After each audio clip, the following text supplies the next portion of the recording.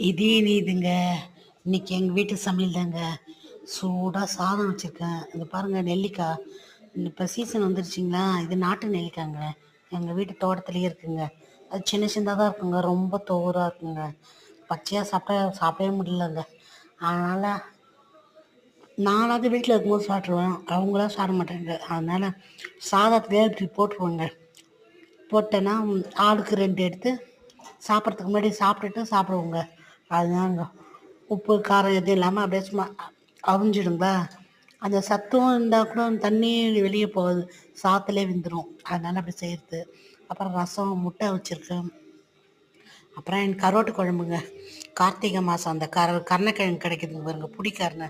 அது மொச்சக்கொட்டை, கருணக்கிழங்கு, கருவாடு போட்டு கருவாட்டு குழம்புங்க இன்னைக்கு. சூப்பர் குழம்புங்க. அதாங்க எங்கள் வீட்டில் சமையல். உங்கள் வீட்டில்